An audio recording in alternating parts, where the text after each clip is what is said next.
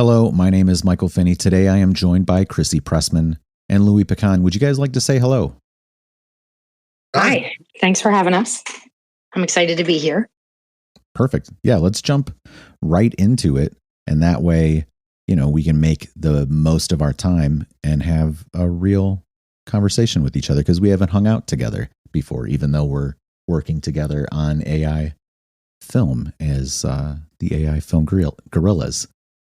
Chrissie, tell us a little bit about yourself, what you do, where you're from, if you like, how you got started in art and AI, any points you think are important. Thanks. I am from just outside of Philly. I grew up and lived in Philly for a long time, and then I moved about an hour outside of Philly around 5 years ago. My professional background is actually in healthcare technology, but I've always had an interest in art. So before AI, I was a painter. I enjoyed painting landscapes. I used to go around scouting all over the place. I live in a pretty picturesque area, so I would go around scouting all over to get, some shots that I would want to try to paint. And when AI came out, I thought it was a great opportunity to be able to come up with some reference images. So that was kind of my start into AI. But when AI film came out, videos came out, it was a whole new ball game, because when I was little, I used to, write stories. I always used to write short stories. Many I only just shared with my sister. But then some, with all the kids on the block, we would have, little stories, and then we would act out our plays. So when AI video came out, I was just blown away. And Pika was the first thing I used almost exactly a year to the day. And it just blew me away. And it was, from that moment on, I wanted to learn about editing, how to get the most out of the AI video tools. And I went from there. In the fall, I was honored to be able to work on the Terminator 2 remake project with 50 other artists in the AI space. And that was just an amazing experience. And then since then, I just, put out my videos. I'm now part of this group, which is extremely exciting. And I am really excited to see where AI video goes. I think it has a lot of potential. Louie, welcome back. Glad to have you again. Glad to be back. Yeah. Before, I think we were talking more Web3 and maybe generative art a little bit, but definitely more on the Web3 side of things with that space. Maybe extended reality stuff too, I think it might have been. Now we're kind of a year and a half forward from then. Web3 is still happening. Extended reality is still happening. We've seen the Apple Vision Pro launch to fanfare and obscurity, but over that time, all of these generative art tools for imagery and video have really evolved a lot and emerged, I think, into very front row seats in the culture. Tell us about how you have transitioned into those things, or integrated those tools more into your art and what you're doing, and a little bit about yourself as well, just so we can recap for the folks that didn't hear the previous conversation. Okay. So I grew up I was born in Long Beach, but I grew up in Van Nuys. I have been writing creatively since I was probably in the third or fourth grade. The third grade was actually when I wrote my first short story. It was called Grandfather's Grief.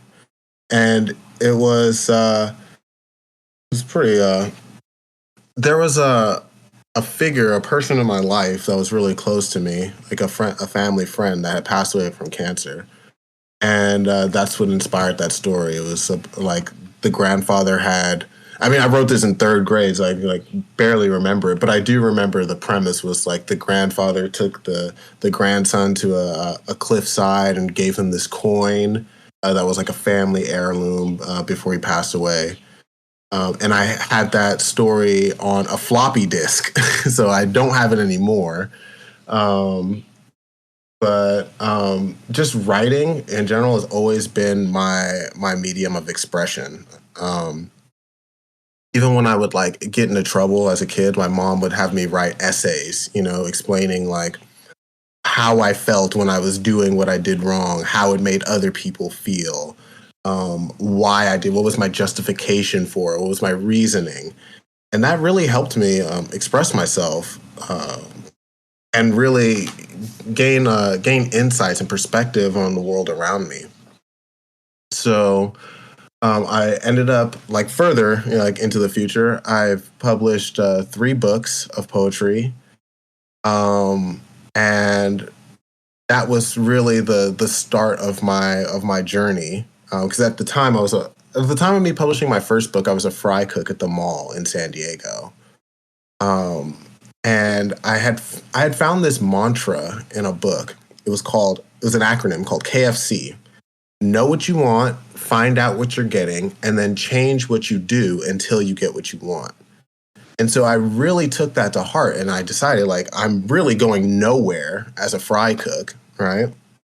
It was kind of funny because this is one of the things that got me into AI automation. I was working at Johnny Rockets, and there was like a grill, like a pneumatic press of a grill. So I was like, and it had a touch screen. So I'm not even flipping the burgers, right? I'm actually just like tapping the screen and it's just pressing and cooking the burgers. And so I thought, if this doesn't scream that I'm 100% obsolete, then I don't know what will, right? So I left that job so that I could pursue my writing. And I published that first book. But in that, since I had done everything myself, I designed the cover art, I did the formatting, the editing, obviously all that stuff, right? And then I self-published using KDP. So through that, I was able to view my sales analytics and I could see them spike up and drop down. And that was obviously because I was just talking to people. Whenever I meet someone at the bar, or I was a pool player. I played the APA in San Diego. When I would play pool with people, one of the things they ask is like, "What do you do?" And I would start off with, "I'm an author," and I say, "Well, it's pretty like normal, like leap and logic there, right?" But I noticed that every time I would get a sale, it was because I was talking with someone. And so I figured I need to reach out to more people, and I need a greater I need a web presence. So I taught myself how to build websites. And then fast forward again a few years, I started an indie game studio called Zone 6 with a couple friends. And we were building, this was during the last bull cycle for Web3. And we weren't trading. We weren't really trading coins and NFTs. We were actually helping people like create their minting sites and like ancillary services and things that they would need. And we ended up getting rugged on a metaverse project that we were partnering with the founders on. And in that whole fiasco, we had met my partner Becky and I. We had met Meggie and Gorilla, who were actually really storied and established artists. They actually Gorilla himself had drawn characters for The Simpsons and Family Guy, and so we started partnering up with them. We decided to create our own or create our own plot in the metaverse, specifically in Second Life. And so in that, we had spent like $10,000+ on building this plot, and it was the second largest plot in the whole game. But when I got my character, when I got my avatar, and I walked through that thing, and I through that plot, I saw like, okay, we got all these cars, you can drive them, you have weapon systems, all this stuff, but it was totally empty. And I thought, well, why is this place so like devoid of activity? And it was really simple. Once I just put myself in the consumer and the user's shoes, I walk around, I go into the nightclub, and I just imagine there's like 6 other people from all over the world. They're in there and they click their avatar and they hit the dance command. And then I do the same thing, and then I just put my hand underneath my chin and look at the screen. And there's nothing there. There's no reaction. There's no event. There's no experience. So I figured, well, what if instead of just scrapping the whole project, we convert it into a comedy club, right? Because I figured, if someone tells a joke and you laugh, that's a physical reaction, right? It gets you involved, and it can become a milestone in a person's life. Like, I remember when the Chappelle Show came out and everybody was saying, "I'm Rick James, bitch," in my high school, right? I thought, okay, well, we could do the same thing, but here in the metaverse. But then it wasn't practical to hire a bunch of comedians from all over the world and then pay them to be in that space in a particular time, right? So I asked my partner Becky, well, what if we put robot brains into the NPCs? And she was like, that's just not feasible, given where we are with technology wise. But what she can do, or what she could do, was write a bunch of scripts so that they felt dynamic. And so that answer is what really sent me down the trajectory, down the path of more of like AI automation. So in that, I was granted early access, or to the research preview of GPT-3 before ChatGPT came out.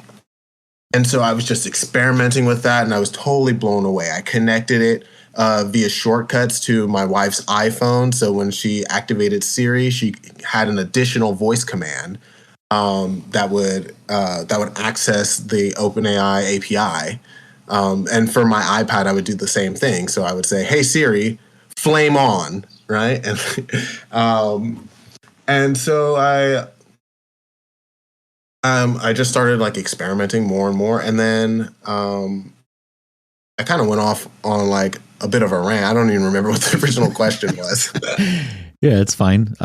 Basically, how did you get into generative and art? And I feel like you kind of come from it, from the technology side of things, maybe predominantly. But the thing I didn't know before is that you were a writer and that you had books out. We've talked, fairly consistently for the last couple of years now, but that's not even something that's ever come up. I didn't know.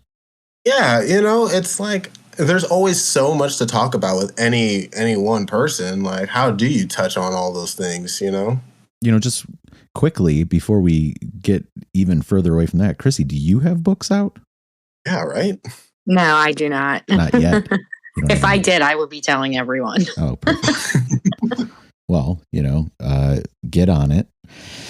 I feel like there's an opportunity with your photography, or maybe with some of the AI stuff you're turning out now. I have definitely incorporated AI into my book releases, not only for covers, but inside of the Chicago 1893 project, I've used AI to colorize some of the old historic photos and then place those into new editions of the book too, just to kind of liven things up so it's not all sepia and black and white all the time, because I feel like there's over 100 pictures in there and that gets a little monotonous. But let's move into the generative video stuff. What do you think are your styles, your techniques, technologies you like, maybe overarching themes you like to touch on? Chrissie, you can go first. We haven't heard too much from you in a little while, so start there. Thanks. I love a more cinematic looking style, so I don't create a lot of stylized art as far as video goes. I do create a lot with images, but for video, I mostly stick to a cinematic style.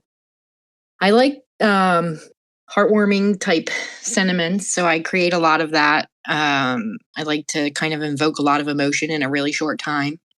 But I really love history, and I like to create anything that has a historical theme.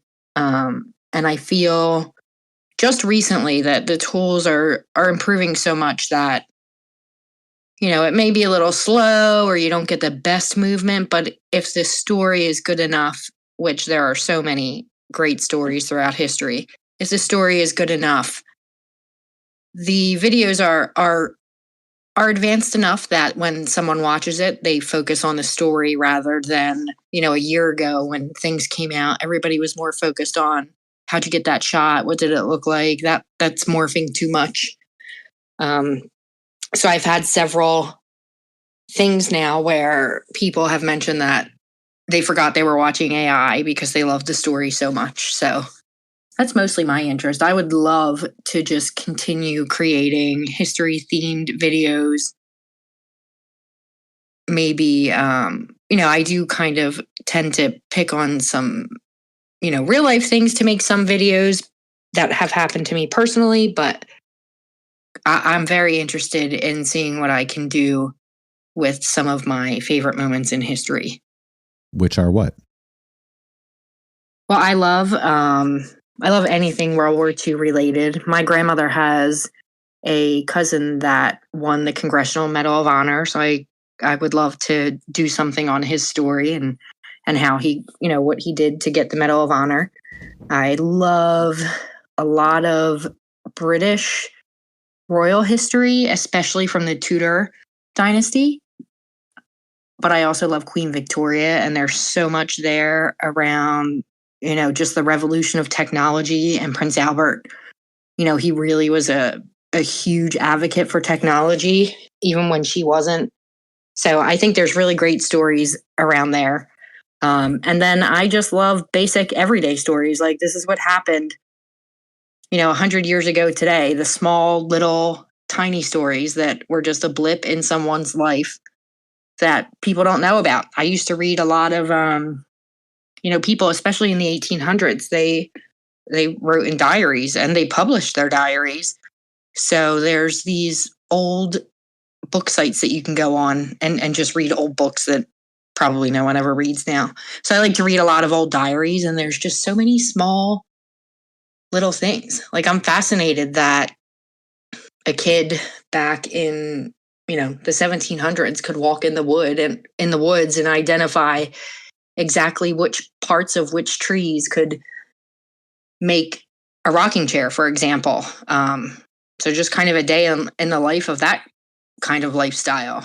I'm just fascinated by all aspects of history. So I think when AI video gets a little bit better and the movements get a little bit better, I probably will end up creating a lot of those short films. Yeah, very cool. I dig that.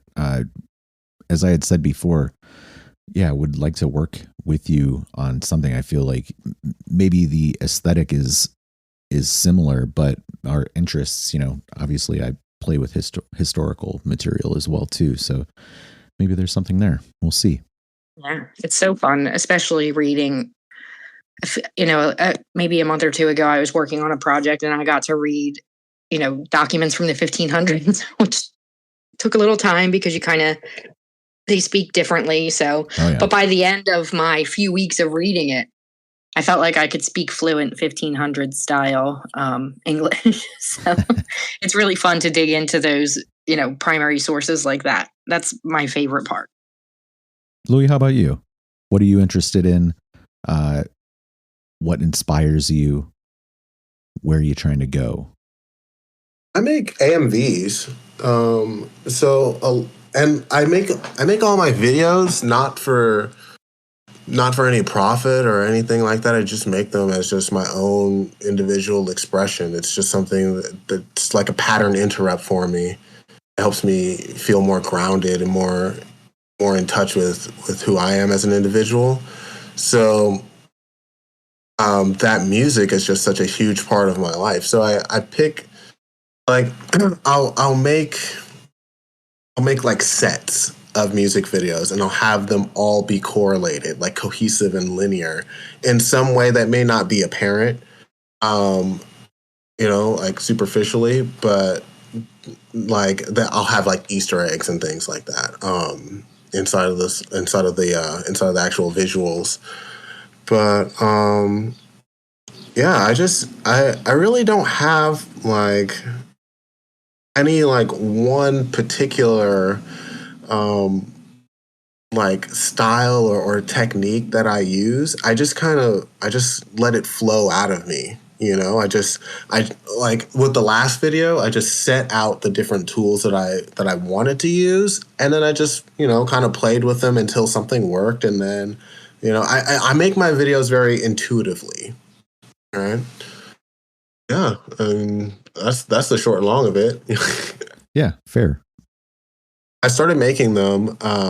I think I just said this actually, but I started making these videos when Deforum first came out, and I just wanted something unique, something that was different and that was wholly my own, right? And that was just the best way that I could see doing that. Yeah, I liked your Deforum stuff. I think that's what you were pretty heavy into, even up to like a little over a year ago.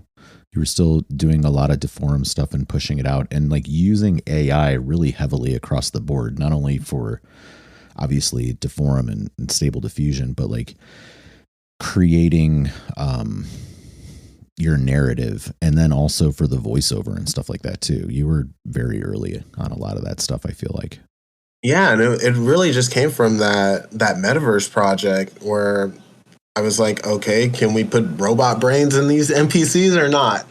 And so the more exposure I got to different tools and to the different capabilities that were available, the more I would just sign up for a wait list, right? So, and then, like, obviously, like, there's the confirmation bias. So, like, if you have a curated feedback loop, you're going to keep seeing whatever it is that you're looking for. So I just kept finding more and more of these wait lists. So I kept getting early access to tools. And with that, I meant new things to experiment with. So that's why I actually stopped doing the Deforum videos as much, was because Kyber had come out. And I was like, oh, a new tool. Let me try this. And then it made my videos feel stale. And I just didn't like that. So I had to like find a new technique, a new style, like new tools to use in conversions to create something, something novel. And that's when you guys asked me to create that last video, you had given me gotten me access to Morph, right? And I had early access to LTX at the same time. So I was like, oh, here's a perfect opportunity. And then I also found Pers and Consumption, Antonio, who are pretty outstanding artists in the comfy UI space. And they taught me some new techniques and showed me some new tools. But my computer's just not that good. So I'll be using more of that in my next batch of videos than this one. Yeah, that's how it goes. I mean, I can't run a lot of those systems locally in any sort of like reasonable frame of time. But at the same sense, like I'm a little more focused on the cinematic stuff and the narrative and storytelling stuff than the stylistic art experimentation side of things. I'm not opposed to it. It's just not where I am currently as focused, and it doesn't necessarily do the things that I'm wanting to do right now. That could change at any given point. But I'm trying to find ways of not only making short films with AI, but tie into short stories that I can release, on KDP or elsewhere. So that's been something that I'm kind of focused on, particularly since starting with the Fall of Tartaria. So I've been turning that into a short story since I put it out. It's not done yet. I'm hoping to get it done maybe in the next month here. I'm going to send you some workflows. I'm just a slow writer. Yes. Not for the writing. Well, actually, yeah, for the writing too. I've been experimenting with like a lot of AI automation, and obviously, it's not like we're not at the point where you're going to get something I guess unless you're writing like a children's book or something, you're not going to get like the full production ready output right away. But these tools are amazing for starting points. Dump it into the resources channel in Discord. Yeah, I definitely will. So that's another point that I want to dial in on. You guys are new additions to our crew, even though we all know each other in general. How are you liking it? What don't you like? Who don't you like? I'm just teasing. What value have you got out of it, or things that you've appreciated, or anything? Just general thoughts. I love it. I love having our side discussions on different tools that we're using or how we get a shot kind of things. I love all the discussion. It's really fun to have a group of people to have such targeted discussions. And I like the themes because, sometimes you end up creating something that you wouldn't have thought of yourself. And it's good to push your mind to think of what to do. So I really love themed work. Just trying to see what I could come up with. I really love that everybody has different experiences and different tools that they're kind of experts in, and different, styles about them, because that gives us all a really good opportunity to expand our own, tool set and maybe even style. Who knows? Maybe I end up loving something totally different once I learn how to do it. So I think it's overall been 1,000% positive, and it's really exciting. Yeah, I definitely agree with Chrissie on that. And making just having this like this kind of group of people that have like the same ideas or in the same vein of creative work with the same or very similar motivations, right, for creating this stuff. I think that's totally invaluable, because this, like, being an artist can be really, really lonely, and like I'll finish videos. Fortunately for me, I have a huge family. My wife has like 10 sisters and brothers. Yeah, so I'll finish a video and just publishing it on like Instagram and Twitter and all that stuff. Like, you get a few views, a few likes and stuff, depending on your artist or on your like followers, right? Like how involved in the space they are, right? But yeah, I finished those videos and I'm so proud of them. And I put like dozens of hours of work into them for a short 3 to 5 minute showing, right?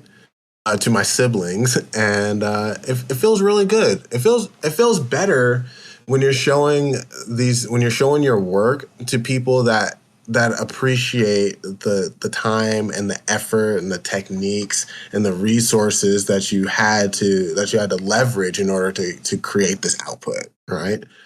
Like, I went to a D&D meetup, and I was having a conversation with someone that was not a proponent of AI work, and I showed him one of my videos, and I just explained the process of like what I did in order to create it. And like, my intention wasn't to change his mind. It was just to show him like, hey, like, what you're saying isn't 100% true. There's always outliers, right? And his main complaint was just that, like, oh, you just push a button and then you have AI art, right? Or and it's like, well, I wish I just pushed a button and just did that, but that's not the case. Takes a lot of thought, a lot of energy, and you only have so many waking hours in any day. So, like, imagine you have 2 or 3 of these 1-hour conversations in the day, and then you have a full-time job, and you have children, and you have pets, and you have hobbies, and then you have recreation. You want to watch TV or play tennis or something like that. Like, it's just so limited. So I really am grateful that I'm in a space where there's people that can appreciate that. Yeah, it does take a lot of work. It does take a lot of time, and it can be very isolating to be focusing on that stuff. So, having at least the half a dozen of us hanging out and being generally available in the Discord server to answer questions or just like show stuff to and get feedback from, I think is really good. I'm just getting started on the next piece so that, this recording will release, I think, maybe a couple of days after the videos will come out for the minimalism maximalism prompt. How's that coming along? Do you guys have ideas you've started on, images or motion or themes, topics you want to incorporate into the work? Once I hear a theme, I'm usually pretty good. Some kind of idea always pops into my head. And for some reason, this one, I'm not getting too many ideas. And then also another issue I have is that somehow whatever pops into my head always has some kind of like historical theme. So a long time ago, I created this video called Lifestyles of the Fake and Famous. It was just just shots of this like really gorgeous house with some music. And it was just a joke. It was one of those quick quick things from my phone and posted on social media. So I kind of had a feeling of doing something like that because I've also created many super beautiful images and videos of like really old rustic type small homes from the 1700s. So I thought about maybe doing something that related to that because the imagery and videos that I have done previously for that always turn out really nice. So I thought it would be fun to, do a contrasting type thing between homes like that and, super mansions of today. But then I felt like there might not be enough rooms in the older homes to do a good compare and contrast. Yeah, but see, that's just it. Like that's a minimalism thing, right? Right. Yeah, maybe that's right. So maybe I will. I've been kind of creating images going down that path and some videos. I use Runway a lot, so they do some really good text to video for some shots.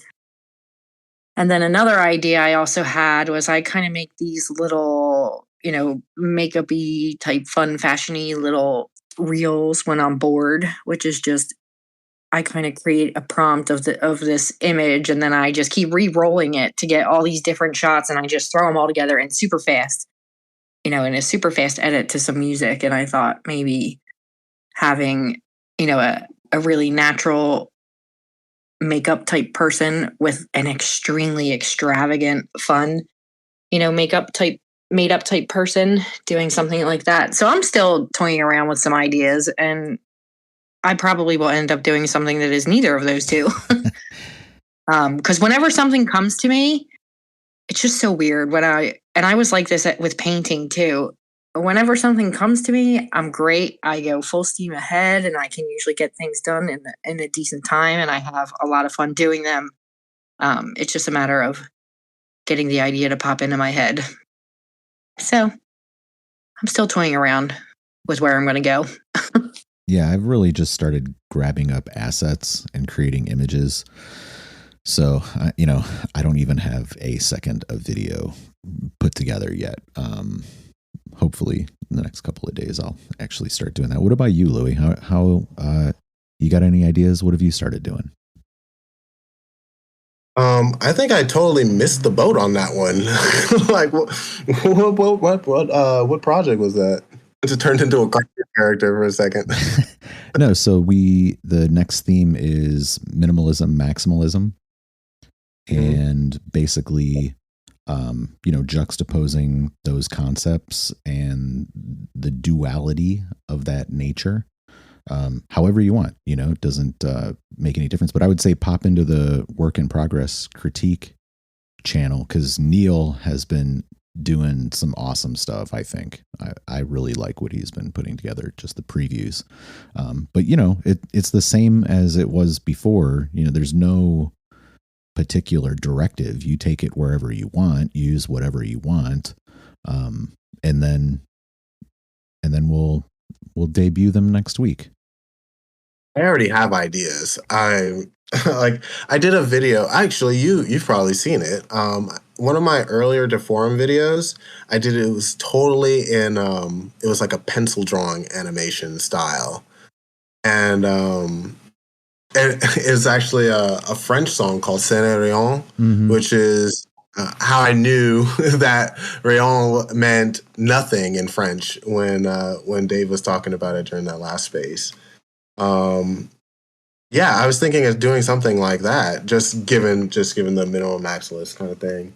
And then I also really love rubber hose animation, like the Fleischer style. So I'll probably do something along the lines of that in terms of like initial assets, and then probably do um like for that video that I did, that deform video, I can't really remember what the process was, but there was some kind of thing that I did. Like, oh, so that was the first video that I did without a V1. So how I was making those videos was I would use my video editor and just take a bunch of assets like short video clips and static images, and I would put them together on a track, and then I would add transitions, and then sync them to the music, whatever music I wanted, and then I would run an interpolation through. I would run a deform interpolation of that video, and that's how I would get my final output. But for that video in particular, I didn't use a V1, and I just I took that initial output, cleaned it up, did the transitions and everything, and then I ran several interpolations over that. Or I ran an interpolation over that and then one more over that. And that's how I came up with that. And then I split it into 3 different sections and then connected them all. So I'll probably do something like that. Yeah, sounds good. Yeah, do that. or something else if you'd so choose. I'm kind of diving into some public domain stuff and seeing how to mix that with generative material as well. Oh, I love that idea. So we'll see how that goes. No promises, but we'll see. Did you know there's like thousands of comic books that are on the public domain right now? From like I think it was like the Silver Age of comics. It was like sometime in the 50s. The Senate.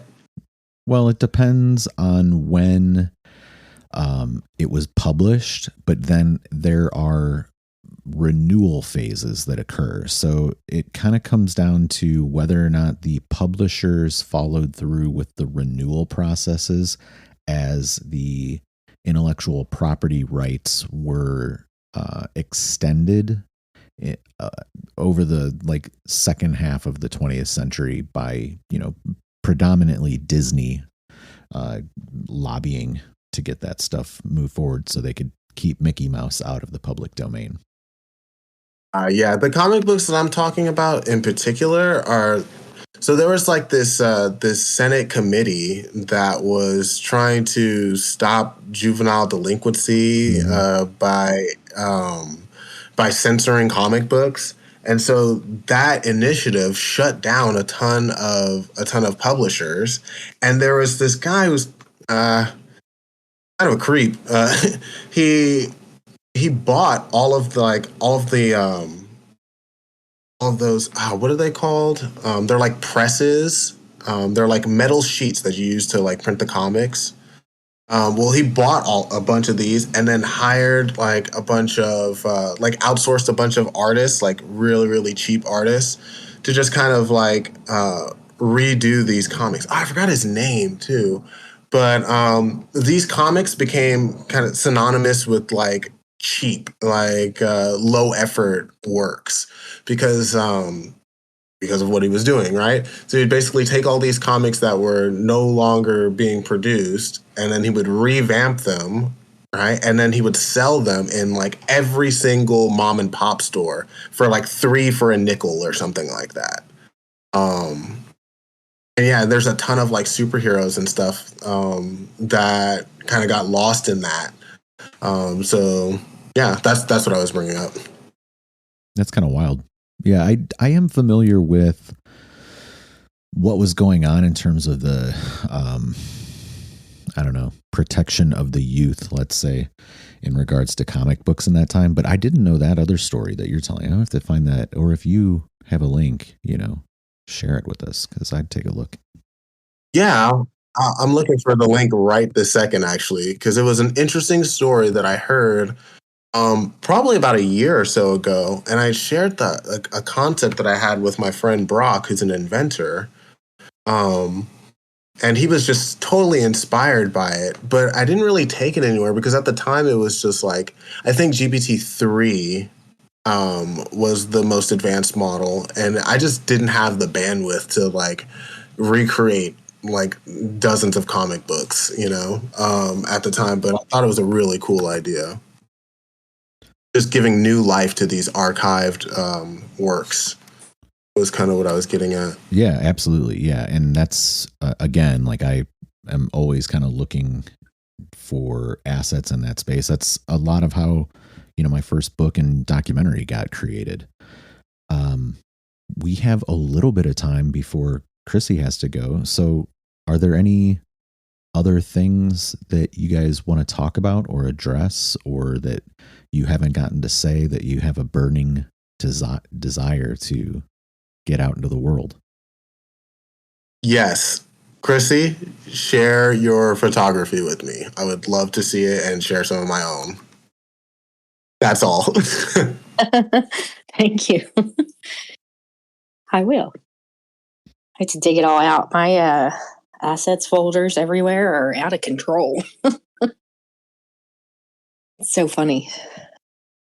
I wanted to bring up, I'm excited about some of the cool things we can do with adding more natural motion into films now, like with Vigil or some of those other tools, and just getting some overlays, or what do they call it? Style transfer. And I'm always too busy to play with that. So it would be fun if maybe one of our next themes, or not even a theme, maybe we can have like group assignments that we kind of work on together and figure out together. It will be fun to dig in and think of something. Not to give them away, here on the podcast, but there are some group projects, that we want to try and tackle. One of which is in the internal team category. It's got its own channel, so that's probably going to come up pretty soon here. I would say. So keep an eye out for that. And then, on the front facing side of things, hopefully we can get some eyes on that as well, because it has potential, and then longer form material. I had actually done a cut of the documentary that's like almost 30 minutes long, and it went out to Barcelona, but like it has not been shown anywhere besides there. I haven't put it out anywhere. It's just sitting on my hard drive, and will continue to do so until I get a chance to come back to it and play with it more. But I had hammered on that for a while. That's exciting. Yeah. And, historical stuff. There might be room for you to play around with that too. So we'll see. Yeah. Well, hey, unless there's any final thoughts, or would you guys like to give a sign off or any last bits of information or inspiration for today? For me, every time I speak somewhere, I just like to share that I think AI is the greatest thing to happen to us, because there are so many people that started to play with it that have no art background. They consider themselves not to be creative in any way. And then in just a few months of kind of digging in, they find that they have this creative side that they either just never tapped into, or that it just kind of developed over time while working with everything. But then they find, parts of themselves maybe throughout their life that they see could have lended itself towards being creative, and they just didn't realize it. So my biggest opinion in life is that every person is creative, and they just have to learn how to see that about themselves. And I think AI is going to make millions of people realize that about themselves. Yeah. I kind of have like a short anecdote to add to that. When I was little, there was this show called What a Cartoon, and it was a compilation show. So it'd be like 3 or 4, 5-minute shorts, and whatever of these shorts would be the most popular would get turned into full on cartoons during the like primetime slot. So some of the cartoons that came from this were like Family Guy, Cow and Chicken, Powerpuff Girls, Dexter's Lab, etc., etc. Courage the Cowardly Dog. And one of those shows that came out was the Powerpuff Girls. And a bunch of my friends were like over in my house, and there was a new episode of Powerpuff Girls coming on. And I was like, hey, I'm going to go watch TV. And I totally lied to him. I was like, I'm going to watch like something else, right? And my mom overheard and was like, no. Tell them what you're actually going to go watch, right? And that was like a really pivotal moment for me. It helped me be more comfortable with who I am as an individual and the things that I like and being able to express that. And so the reason I bring this story up is because when I started making AI videos, there was a ton of hate. Even though I'm like just Joe Blow, like I'm not like a celebrity or even a micro influencer. So I was just kind of confused by why there was like so much hate coming my way for these like random passion projects that I'm doing, not even for money. And I just wanted to say that so that I could encourage anybody that was listening that wanted to create, that wanted to get into this space, that wanted to use some of these tools, but was afraid of what other people might think or say. No matter what, there's going to be people that agree with you and disagree with you, conversely. So just take that for what it is, and don't let anybody stop you from creating or expressing yourself. Excellent. Well, Chrissie, Louie, thank you for joining us today. Glad you guys are on the team, and look forward to seeing what you guys turn out in the near future. Thank you so much. Thanks for having us both on the team and here. Yeah, likewise. Thanks, Michael.